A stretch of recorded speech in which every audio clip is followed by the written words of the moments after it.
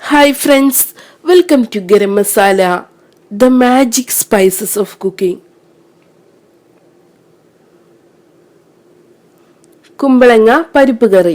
ഇന്ന് നമുക്ക് നാടൻ കുമ്പളങ്ങ പരിപ്പ് കറി എങ്ങനെ തയ്യാറാക്കുന്നതെന്ന് നോക്കാം. ഇതിനു വേണ്ട ചേരുവകൾ: കുമ്പളങ്ങ 2 കപ്പ്, തുവരപ്പരിപ്പ് 1/2 കപ്പ്, തക്കാളി 1 കപ്പ്, പച്ചമുളക് 3-4 എണ്ണം, മഞ്ഞൾപ്പൊടി 1/4 ടീസ്പൂൺ, മുളക് പൊടി 1 ടേബിൾ സ്പൂൺ, വെള്ളം, ഉപ്പ്.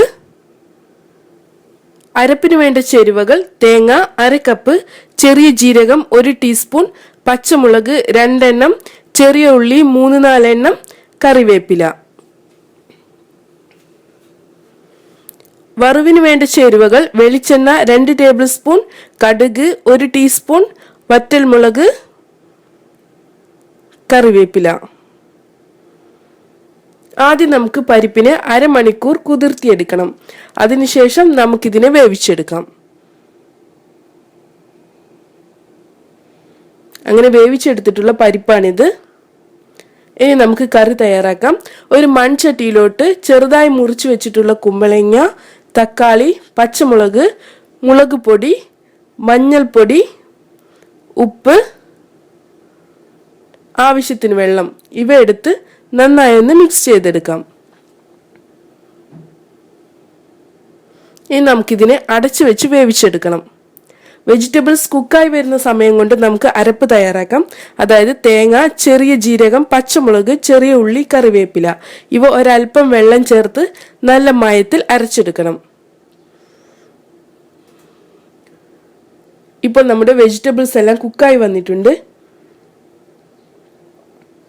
ഇനി ഇതിലോട്ട് വേവിച്ച് വെച്ചിട്ടുള്ള പരിപ്പ് ചേർത്ത് നന്നായി ഒന്ന് മിക്സ് ചെയ്തെടുക്കാം.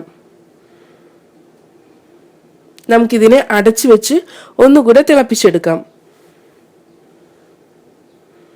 ഇപ്പോൾ നമ്മുടെ കറി തിളച്ചു വന്നിട്ടുണ്ട്.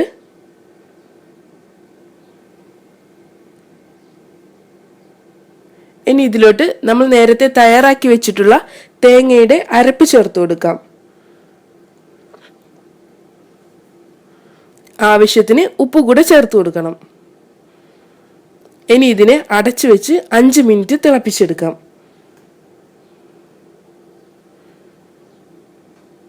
അങ്ങനെ നമ്മുടെ കറി തയ്യാറായിട്ടുണ്ട്. ഇനി നമുക്ക് ഫ്ലെയിം ഓഫ് ചെയ്യാം. അടുത്തതായി നമുക്ക് വറവ് തയ്യാറാക്കാം. ചൂടായ എണ്ണയിലോട്ട് കടുക് ചേർത്ത് പൊട്ടിച്ചെടുക്കണം. ഇതിലോട്ട് നമുക്ക് വറ്റൽമുളക് ചേർത്ത് കൊടുക്കാം. കറിവേപ്പില കൂടെ ചേർത്ത് നമുക്ക് ഫ്ലെയിം ഓഫ് ചെയ്യാം. ഇനി ഇത് നമ്മൾ നേരത്തെ തയ്യാറാക്കി വെച്ചിട്ടുള്ള കറിയിലോട്ട് ഒഴിച്ചു കൊടുക്കണം. നമുക്കിതൊന്ന് നന്നായി മിക്സ് ചെയ്തെടുക്കാം.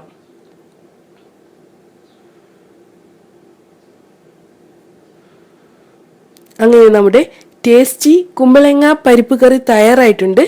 നമുക്കിത് ചൂടോടെ റൈസിൻ്റെ കൂടെ സെർവ് ചെയ്യാം. Thank you.